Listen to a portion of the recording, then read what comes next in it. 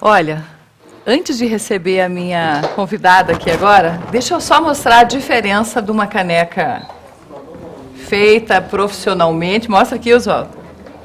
Essa foi a que eu ganhei hoje do Rafael, da Stamp Art, ó. Isso é uma caneca, né? Tá vendo? E a que a gente usava antes. Ai, que dó! Ficou até feia agora, coitadinha. Mas foi legal para a gente mostrar a diferença. Tá vendo, ó, Rafael, que eu te falei? Eu tinha medo de lavar, porque era só um adesivo. Então tinha que lavar com todo cuidado. Enfim. Só para mostrar, né? Bom, agora vamos falar de papo sério? Vamos. Porque assim, se você descobre que o seu filho tem alguma doença ainda na sua barriga, como fica a sua cabecinha? Não tem várias coisas que deixam a gente super grilada? Os sentimentos formam um turbilhão de emoções diariamente. Quando nos deparamos com alguma situação que foge do que estamos habituados ao nosso corpo e à nossa mente, elas reagem de forma diversas. Uma doença entre um ente querido, um problema com o filho, tantas coisas que podem acontecer no decorrer da vida, não é? A psicologia pode nos ajudar a enfrentar esse montão de pensamentos e sentimentos. Hoje eu recebo a psicóloga Carolina Moraes para falarmos exatamente sobre isso, sobre situações que não são do nosso convívio, do nosso normal e que nos fazem sentir alguma coisa muito triste e muito difícil de enfrentar. Seja bem-vinda, tudo bem? Obrigada, tudo bem. Você? Ainda ontem eu assisti uma reportagem sobre isso, sobre mães que descobrem que a criança tem uma doença super séria ainda na gravidez. Como enfrentar isso, Carolina? O enfrentamento é bem complicado pelos vários sentimentos que ela traz com isso, né? E um deles é a culpa, né? Porque tá na barriga dela. Então ela que gerou. A mãe tem todo aquele amor, enfim, não que o pai não tenha, mas né, são 9 meses, enfim. Então ela acaba por colocar a culpa nela mesmo. Então eu acho que antes de pensar nas limitações que o filho terá, eu acho que trabalhar isso com ela, para que ela se fortaleça e consiga trabalhar futuramente com as limitações que virão a ter, né? Sem ter o que fazer às vezes, né? Na reportagem que eu assisti, a mãe comentava assim, quando eu descobri, eu perdi o chão. Parece que abriu um buraco e eu caí dentro. Mas depois, quando o bebê começava a mexer na minha barriga, parecia que o bebê estava falando, eu tô aqui, eu vou nascer, eu vou te dar amor, então sai daí, sai desse buraco, que eu preciso de força.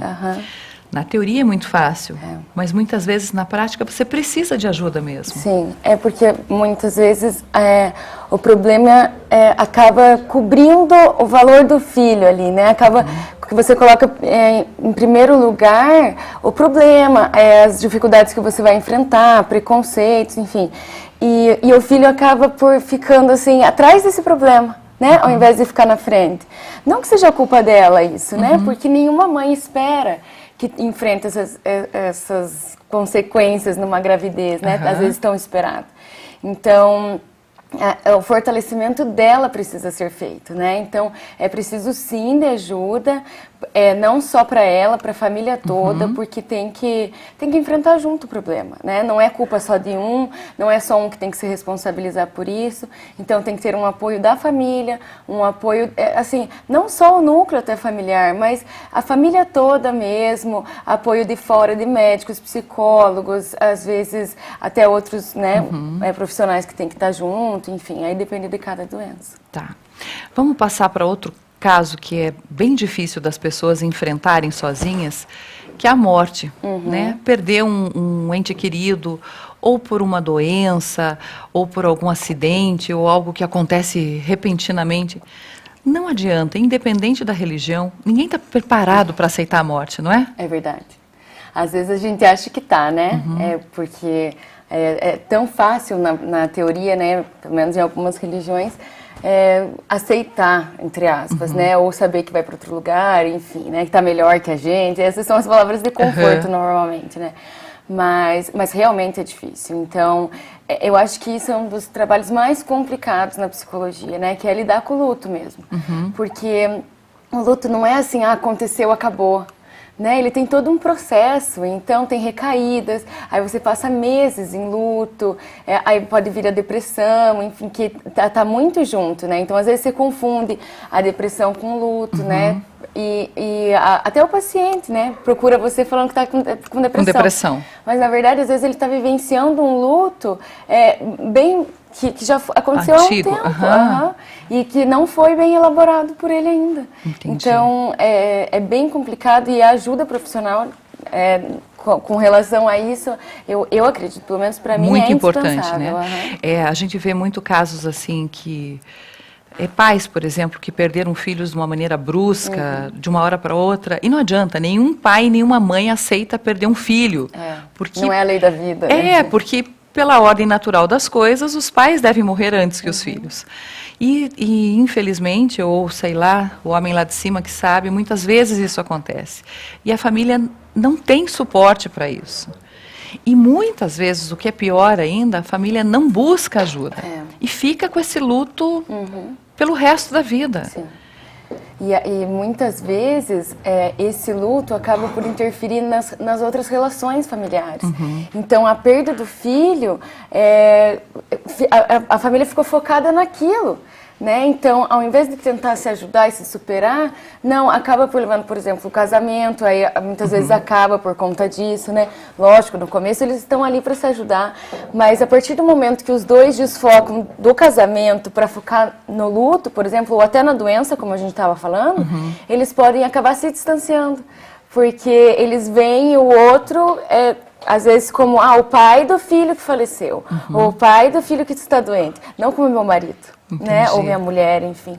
Então, os papéis acabam se confundindo mesmo, né? Já não sabe se está vendo só como pai ou se ainda continua aquela relação de marido e mulher. Tem que buscar ajuda, não é? As consequências são... Você sabe que no domingo...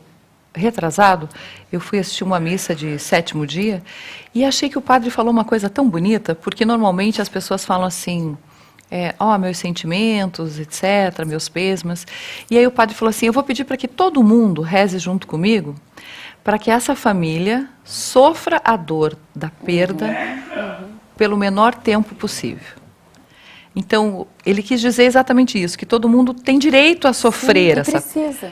Mas tem que ter um tempo para isso, né? Não dá para tocar o resto da vida pensando só nisso. E nem esperar que ela acabe tão cedo, né? Porque o luto precisa ser vivenciado. Tá. Então, faleceu alguém da sua família. Então, nossa, uma semana depois eu quero que você esteja bem. Não, você não vai estar. Isso é fato.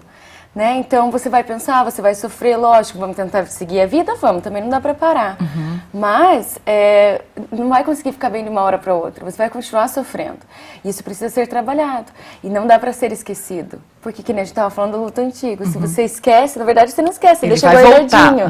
E alguma hora ele vai voltar de alguma maneira, né? Que é muito triste também, né? Outro caso que eu acredito que acontece muito é... que as pessoas sofrem e precisam de ajuda, é na hora de assumir a sua opção sexual. Hoje todo mundo fala que é super normal, que os gays têm os mesmos direitos e que está tudo liberado, mas na prática a gente sabe que não é assim. Sim. Eles continuam sofrendo preconceitos e esse preconceito começa em casa, o que é pior, dos pais não aceitarem. E aí quem busca ajuda? Quem busca? O filho ou os pais para que aceitem? Ou seria legal todos? Seria indicado que fosse todos. Mas, normalmente, é a pessoa que está vendo o problema. Então, se o filho vê que ele está enfrentando nessa questão de ter uma outra opção sexual, enfim, e não tem como contar para os pais esse sofrimento, ele vai buscar ajuda. Depende também da pessoa, né? Precisa ser... alguém vem e fala, olha, por que você não procura um psicólogo, enfim, e aquilo vai satisfazê-los, né? Vai lá, vai procurar e vai ajudar. E os pais a mesma coisa. Às vezes os pais percebem que o filho tem essa outra opção e eles, às vezes, não querem enfrentar isso com o filho, ou às vezes não sabem como falar isso com o filho. Entendi. E aí procuram ajuda para saber como, né? Eu acho que a questão de ser homossexual, enfim, lógico, que nem você falou, na teoria é muito fácil, né? Todo mundo fala. Mas o preconceito existe, Claro. e ainda existe muito. Então, assim, a gente vê o gay, enfim, como, assim, pronto, virou gay, acabou. Mas a gente não vê tudo o que ele passou antes, né? Esse processo até, né, falar, não, eu sou, e se assumir. Então, o sofrimento dele, como é que eu vou enfrentar a sociedade, como é que eu vou falar para os meus pais, né? Às vezes o pai normalmente é mais rígido com relação a isso. Então, a gente não vê todo esse sofrimento, a gente vê o processo, o resultado, né? Ele é gay, acabou. Né? Mas e todo aquele sofrimento, tudo que ele passou, tudo que ele enfrentou para chegar, né, e assumir, aí é esquecido, entendeu? Então é isso que precisa ser As pessoas trabalhado. passam por cima, né? Até quero fazer aqui, a Camila não gosta quando eu dou meu depoimento, mas hoje eu tô com a macaca, eu vou dar. Quando terminou essa novela das 8, que os dois se beijaram no final, né? Foi um escândalo. Porque a Globo agora está mostrando o beijo gay. Engraçado, na minha opinião, que enquanto o marido traía a mulher com 5 parceiras diferentes, todo mundo achava normal. Enquanto como é que era aquela novela? Era uma confusão. O sogro era pai do neto, tudo era normal. O escândalo foi o beijo gay. Então, assim, na minha opinião, as pessoas têm que rever um pouquinho os seus conceitos. Porque o que é certo, o que é errado. Não tem, aqui pode, não, aqui não pode. Aqui pode, aqui não pode. Porque é mais conveniente, né? Sim. Porque é mais comum, porque acontece mais. É mais cultural, né? Então, assim, a traição já veio, né? Já vem de muito antigamente, e antigamente era explícita. Então, tinha lá, os maridos saíam de casa, deixavam a mulher, as mulheres não trabalhavam, enfim, e iam fazer o que queriam, né? E todo mundo sabia, enfim, e ninguém falava. Ninguém, assim, não é que ninguém falava, mas ninguém, nossa, ele te trai, meu Deus. Era mais comum, entre aspas. E a homossexualidade, não. Né? Então, já era assim, se era, não era falado, né? Não podia falar, ou às vezes até a pessoa mesmo negava, né? Porque era uma coisa, assim, uma doença, né, antigamente. Então, isso tá vindo desde antes, né? Então, até a sociedade se acostumar com isso, que na verdade, isso do homem ter 5 mulheres e a mulher não poder fazer nada é errado, né? Não podemos falar o que é certo ou errado, mas enfim, é o que a gente pensa. Nos padrões normais a gente está falando. E até que ponto a homossexualidade não pode ser normal, né? Eu acredito que cada um tem a sua opção, sim. E só que o preconceito existe. É claro, você tem um filho homossexual, você aceita, sim, mas você tem que falar para ele dos preconceitos que ele vai sofrer. Ele tem que estar preparado para o que vai enfrentar. Porque a tua família pode estar totalmente aberta para isso, mas é a tua família. Né? Então, assim, na minha casa a gente trata na maior naturalidade, mas e fora? Ele tem que saber que algumas vezes vai sofrer preconceito, como qualquer outra pessoa, como a gente estava falando das pessoas das crianças doentes, enfim, as limitações de uma doença também podem vir a sofrer preconceito. Claro. E assim, tem que se preparar para isso, né? Tem um outro caso aqui que parece banal, mas que eu já vi muitas pessoas sofrerem muito por isso, que é, por exemplo, uma pessoa está super bem na sua profissão, está almejando sua promoção, ela sabe que está tudo ok, chega na empresa e falam, você está fora. Nós vamos renovar, a gente quer pessoas novas, vamos contratar 5 pessoas para ganhar o que você ganha hoje. E aí, a pessoa estava com uma expectativa totalmente diferente na sua vida. Né? Eu conheço casos de pessoas que se dedicaram 15, 20 anos na mesma empresa, pensando em se aposentar nela, chegam lá e são demitidas. Tem que se preparar. Na verdade é uma coisa Ninguém que a gente consegue. nunca se prepara, né? É difícil você estar tanto tempo numa empresa e se preparar para que um dia seja mandado embora, né? Porque normalmente isso não acontece, né? O funcionário, né, que está há tanto tempo, enfim, sem ter alguma crise, por exemplo. Então, isso normalmente não é algo que as pessoas se preparam para ser mandado embora. Mas, então, o que é necessário? Que se lide com as consequências, né? Então, e agora? Vamos pensar o que eu vou fazer, listar prioridades, o que eu preciso fazer para me fortalecer, para me reorganizar, né? O que eu posso procurar, quem que pode me apoiar nesse momento, né? Então, é pensar no presente mesmo. Né? Assim, ai meu Deus, o que vai acontecer daqui 10 anos? Não, calma. Vamos pensar agora. O que a gente pode fazer agora, né? O que eu posso fazer por mim mesmo agora, que fui demitido, pela minha família, enfim, né? Que às vezes é um pai de família, ou uma mãe de família, enfim. E o que eu posso fazer por nós, né? Então, lógico que na teoria, que nem a gente falou, sempre é fácil. Mas o ideal é que você tenha calma, né? Então, e pensar com calma, porque se você pensa, né, impulsivo, vai lá e age de uma maneira errada, as consequências são mais negativas ainda.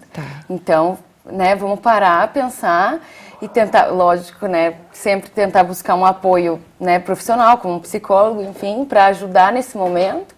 E aí se reorganizar, né? Então a vida não vai parar porque você foi mandado embora. Mas por isso que eu digo que muitas vezes só a ajuda de um profissional para fazer com que a pessoa se levante, se reerga, tá certo essa palavra? Se fortaleça novamente. Isso, né? Porque existem situações, como a gente citou aqui, várias, e é claro que o nosso tempo nem dá para expandir muito em cada uma delas, mas a nossa ideia hoje aqui, com a Carolina, é falar que você pode buscar ajuda, independente de qual foi a sua perda, de qual é a sua dúvida ou o seu sofrimento. Se algo está lhe incomodando por um tempo que para você já deu, que não tem isso, como você falou, toda dor tem que ser sentida e tem que ser vivenciada, mas ela tem que ter um tempo para isso. Quando você vê que você não consegue sair dessa situação, busque ajuda. O mais importante que se tem hoje, nessa vida curtinha, é buscar ser feliz. Você escolhe, você tem essa opção. Se você não consegue sozinho, tem que buscar ajuda, sim.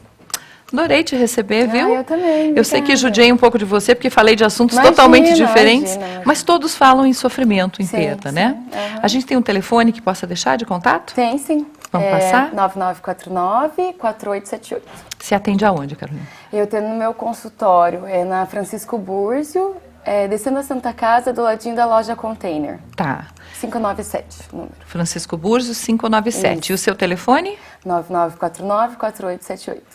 Pegou, Cami?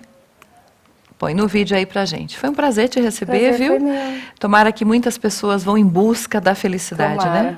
Eu elas, acho que a principal missão de vocês, psicólogos aqui, é isso, é ajudar a pessoa a se encontrar e ser feliz, né? Independente da opção sexual, da religião, da classe social, todo mundo merece e tem direito a ser feliz. Foi um prazer. Prazer foi meu. A gente vai para mais um intervalo. Prometo que breve. E você não sai daí, viu? Que o programa e a semana estão só começando.